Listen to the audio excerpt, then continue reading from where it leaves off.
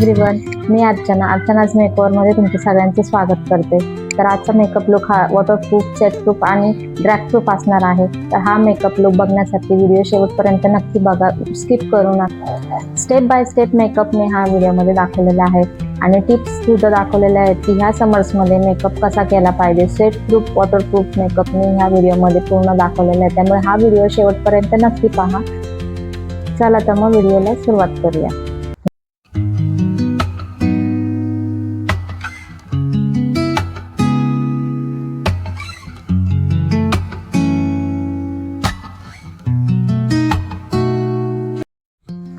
So firstly आपल्याला करायचं आहे इथे स्किन प्रिपरेशन। तर स्किन प्रिपरेशनसाठी फर्स्ट स्टेप आहे ती म्हणजे क्लिन्झिंग। तर इथे मी क्लिन्झिंग आज वेस्ट वाईप्सनेच करणार आहे आणि त्यानंतरच पुढची स्टेप आहे ती म्हणजे बर्फ लावणे। तर बर्फ डायरेक्टली फेसवर लावायचा नाहीये, तर तो एका टिश्यू पेपरमध्ये मी घेतलेला आहे आणि त्यानंतरच माझ्या फेसवर पूर्ण रब करणार आहे। समर्समध्ये बेस्ट असतो बर्फ लावणं, जेणेकरून आपला जो मेकअप आहे तो खूप लॉंग लास्टिंग राहतो। त्यामुळे तुम्ही देखील बर्फाचा यूज करू शकता मेकअप करण्यापूर्वी। प्रत्येक स्टेप मध्ये आपल्याला 30 सेकंदाचा गॅप घ्यायचा आहे। त्यामुळे आता इथे बर्फ लावून झाल्यानंतर मी ड्राय टिश्यूने तो पूर्ण त्याचं पाणी पुसून घेते टॅप टॅप मोशन मध्ये आणि त्यानंतर यूज करणार आहे इथे टोनर। तर इथे मी टोनर स्प्रे करून घेते पूर्ण फेसवर। टोनर ऍप्लिकेशन झाल्यानंतर इथे मी मॉइश्चरायझरचा वापर करणार आहे। तर स्किन प्रिपरेशन खूप महत्त्वाचं आहे मेकअप करण्यापूर्वी। जर तुमचं स्किन प्रिपरेशन चांगलं असेल तर तुमचा मेकअप ग्लोई आणि फ्लॉलेस असा बेस तुमचा होतो आणि लॉंग लास्टिंग देखील राहतो। त्यामुळे स्किन प्रिपरेशन कधी स्किप करू नका। स्किन प्रिपरेशन केल्यानंतर 15 मिनिटं वेट करायचं आहे, कारण की आपलं जे स्किन प्रिपरेशन केलेलं असतं त्याला सेट व्हायला थोडा वेळ लागतो।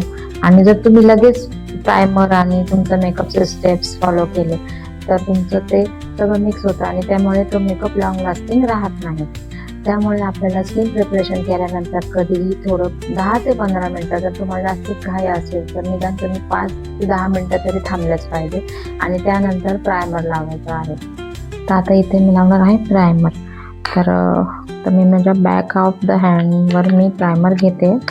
ही स्टेप नक्की बघा की मी प्रायमर कशी लावते, तसंच तुम्ही लावा। तर इथे मी ना जिथे जिथे मला घाम येतो ना तिथे मी प्रायमर लावते। तर असं नाकाच्या वर असं ड्रॅग करत आपल्याला प्रायमर लावायचं आहे। असं आपण मॉइश्चरायझर लावताना असं असं करतो ना, तसं करायचं नाहीये। आपल्याला फक्त एक सिंपल असं बोटांनी ड्रॅग करायचं। त्यानंतर इथे ओठांवर मला घाम येतो, तिथे देखील मी प्रायमर लावून घेते।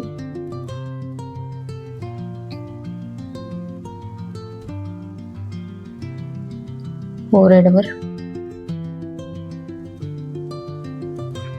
तुम्ही बघू शकता इथे माझं प्रायमर लावून झालेलं आहे। तर हे प्रायमर एकदम असं स्मूथली लागलेलं आहे, जेणेकरून आपला जो पुढचा बेस लावणार आपण तो एकदम स्मूथली अप्लाय होईल। जर आपण केकी दिसणार नाही आणि क्रॅक पण पडणार नाही आणि उन्हामुळे मेल्ट पण होणार नाही। तर इथे मी प्रायमर सिलिकॉन बेस प्रायमर घेतलेले आहे।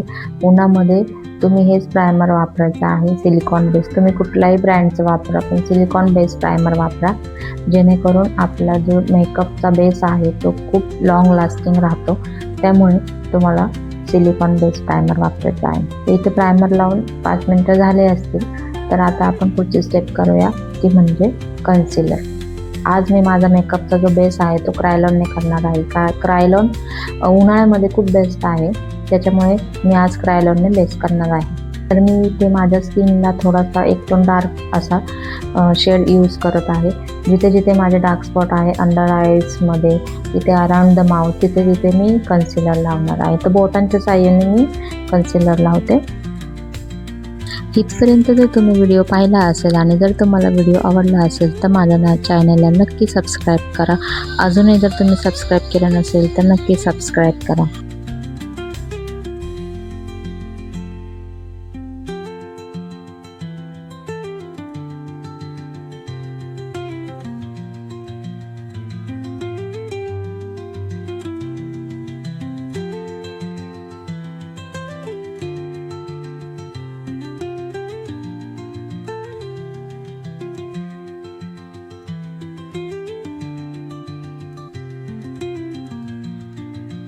तर इथे मी माझं कन्सिलर लावून झालेलं आहे. तर आता माझ्या स्किनला एक्झॅक्ट मॅच असा मी एक शेड घेणार आहे क्रायलॉनचा आणि तो मी माझ्या पूर्ण बेसला लावणार आहे. बऱ्याच जणांना प्रॉब्लेम असतो की मेकअप काळा पडतो. तर मेकअप काळा त्याच्यामुळेच पडतो की आपण एकजण आपल्या शेडला मॅच होणारं असं प्रोडक्ट घेत नाहीत, मॅचचं फाउंडेशन घेत नाहीत किंवा कन्सिलर असू द्या किंवा फाउंडेशन असू द्या. तर आपल्याला एक्झॅक्ट शेडचंच आपल्याला घ्यायचं आहे, जेणेकरून आपला जो मेकअप आहे तो काळा पडणार नाही.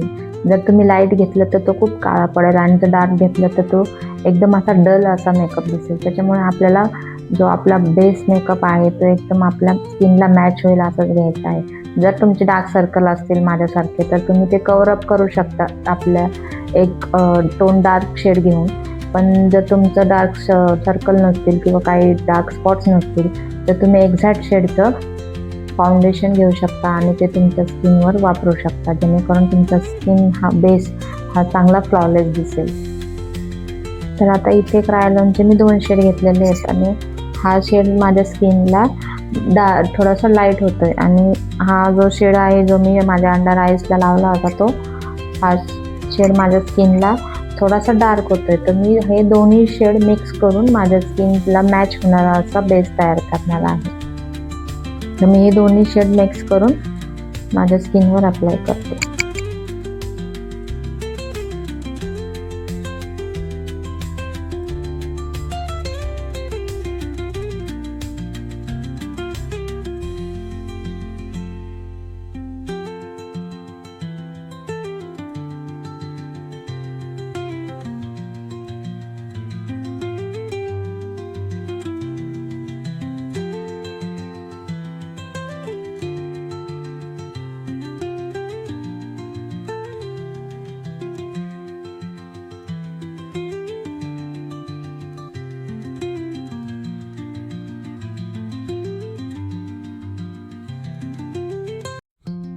तुम्ही बघताय की मी फाउंडेशन लावताना असं ड्रॅग नाही करत आहे, असं डॅब मोशनमध्ये मी लावत आहे.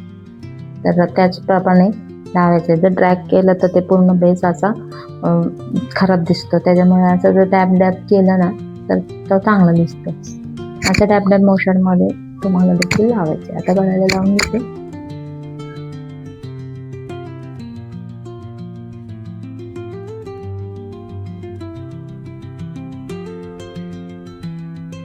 तर आता इथे मी लावणार आहे हायलायटिंग कन्सिलर. माझ्या स्किन टोनचा एक शेड लाईट असा मी कन्सिलर घेऊन माझ्या डोळ्यांच्या खाली आणि जिथे हाय पॉईंट्स आहेत तिथे मी कन्सिलर लावणार आहे आणि त्याला ब्युटी ब्लेंडरच्या साहाय्याने ब्लेंड करणार आहे. आधी मी पूर्ण माझं जिथे मी कन्सिलर लावलेलं आहे तिथे ब्लेंड करत आहे आणि त्याचप्रमाणे नंतरून पूर्ण जे फेसवर मी क्रायलॉनचं कन्सिलर जे बेस शेड लावला होता त्याने मी पूर्ण फेस माझा ब्लेंड करून घेत आहे. हलक्या हलक्या हाताने ब्लेंड करायचं आहे, जास्त जोरात असं ब्लेंड नाही करायचं आणि ड्रॅग नाही करायचं आहे. टॅप मोशनमध्येच आपल्याला ब्लेंडरने ब्लेंड करायचं आहे. तर जसं मी व्हिडिओमध्ये बघताय तशाच पद्धतीने करायचं आहे. मी इथे घेतलेली आहे बनाना पावडर आणि ती जसं तुम्ही व्हिडिओमध्ये बघताय जी एक्स्ट्राची पावडर आहे ती मी हातावर टॅप करून घेतली आणि त्यानंतर पूर्ण फेसवर पावडरने माझा बेस जो आहे तो सेट करणार आहे. पावडरने सेट करून झाल्यानंतर मी इथे सेटिंग स्प्रेचा वापर करणार आहे, जेणेकरून माझा बेस मेकअप पूर्ण सेट होईल. आणि आता स्टार्ट करूया आय मेकअप. आय मेकअप मी आज सटलच ठेवणार आहे बिकॉज ऑफ माझा आजचा ट्रेडिशनल महाराष्ट्रीयन लुक मी करणार आहे, जो तुम्ही तुमच्या एंगेजमेंट ब्राईडला देखील करू शकता आणि तुम्हाला देखील कुठे लग्न असेल तुमच्या घरातलं तेव्हा देखील तुम्ही करू शकता. तर त्यामुळे मी आजचा आय मेकअप हा ट्रेडिशनल असा करणार आहे. तर त्यासाठी मी इथे एक फ्लफी ब्रश घेतलेला आहे आणि त्यामध्ये लाईट ब्राऊन शेडचा जो कोरल शेड जो असतो तो एक शेड आय शॅडोचा घेऊन मी माझ्या आयलिडवर पूर्ण लावणार आहे आणि त्याला त्याच्या आउटर कॉर्नरला त्याचा डार्क शेड जो आहे तो मी इथे अप्लाय करत आहे. जसं की तुम्ही व्हिडिओमध्ये बघता त्याच पद्धतीने मी इथे करत आहे. जर आउटर कॉर्नरला डार्क शेड अप्लाय करून त्याला इनर कॉर्नरला असा ब्लेंड करत जायचं आहे, जेणेकरून ते नॅचरल लुक येतो. जर तुम्ही असं एकच शेड घेऊन सगळीकडे लावलं तर ते खूपच असं विचित्र दिसतं, नॅचरल दिसत नाही. तर त्यामुळे ही टिप लक्षात ठेवा की आउटर कॉर्नरला एक डार्क शेड अप्लाय करून त्याला इनर कॉर्नरला ब्लेंड करत जायचं, जेणेकरून आपला आय शॅडो जो असतो तो असा नॅचरल लुक दिसतो आणि जास्त बाहेरच्या साईडला देखील आपल्याला ब्लेंड नाही करायचं, जेणेकरून डोळ्यांच्या एकदम बाहेर आय शॅडो गेलं की ते खूप विचित्र दिसतं. त्यामुळे मी जसं व्हिडिओमध्ये बघताय तुम्ही त्या पद्धतीने तुम्ही देखील करू शकता.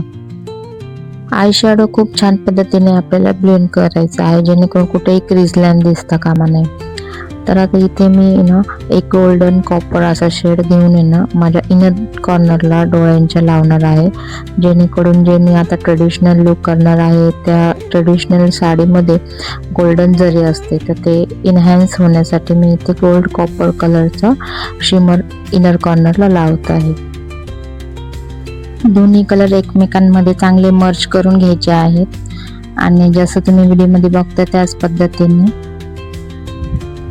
त्यानंतर मी इथे माझ्या वॉटर लाईनला देखील आय शॅडो लावून घेते. हलका असं पेन्सिल ब्रश घेऊन जो मी डार्क ब्राऊन शेड जो लावला होता माझ्या आयलिडवर तो शेड मी इथे माझ्या वॉटर लाईनला लावून घेणार आहे. त्यानंतर आय लायनरने मी विंग लायनर इथे ड्रॉ करणार आहे.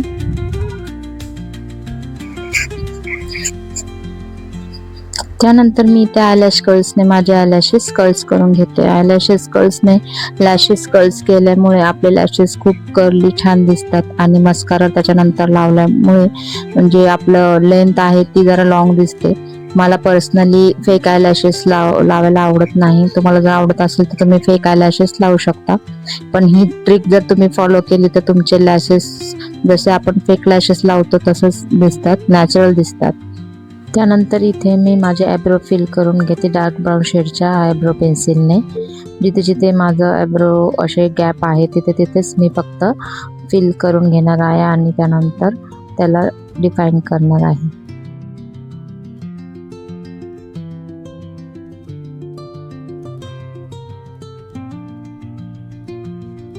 आता एक नॅचरल शेडचा ब्लश लावून घेते आणि त्यानंतर मी करणार आहे माझ्या फेसला कटिंग. तर इथे मी ब्रॉन्झरने माझं फेस कटिंग करत आहे. नाकाला, परत चीक बोन्सला आणि जॉ लाईन्सला, माझ्या सगळीकडे जिथे मला कटिंगची गरज आहे तिथे तिथे मी माझ्या फेसला कट करते.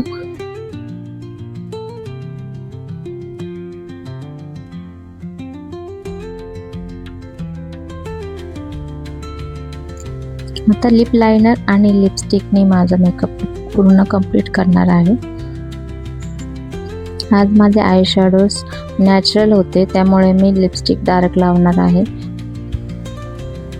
आणि शेवटी मी सेटिंग स्प्रेने माझा पूर्ण मेकअप सेट करून घेते आणि त्यानंतर लावते हायलायटर.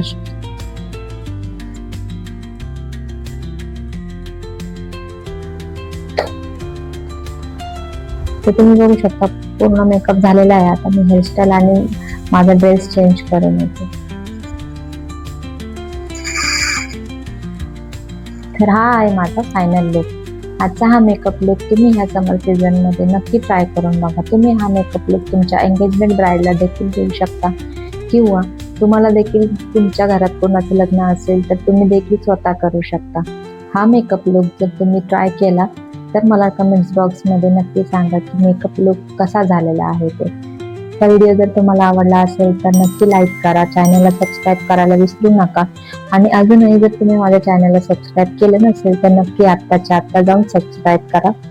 पुढचा व्हिडिओ तुम्हाला कुठला बघायला आवडेल हे देखील मला कमेंट्स बॉक्समध्ये नक्की सांगा. भेटूया पुढच्या व्हिडिओमध्ये. तोपर्यंत बाय बाय, टेक केअर.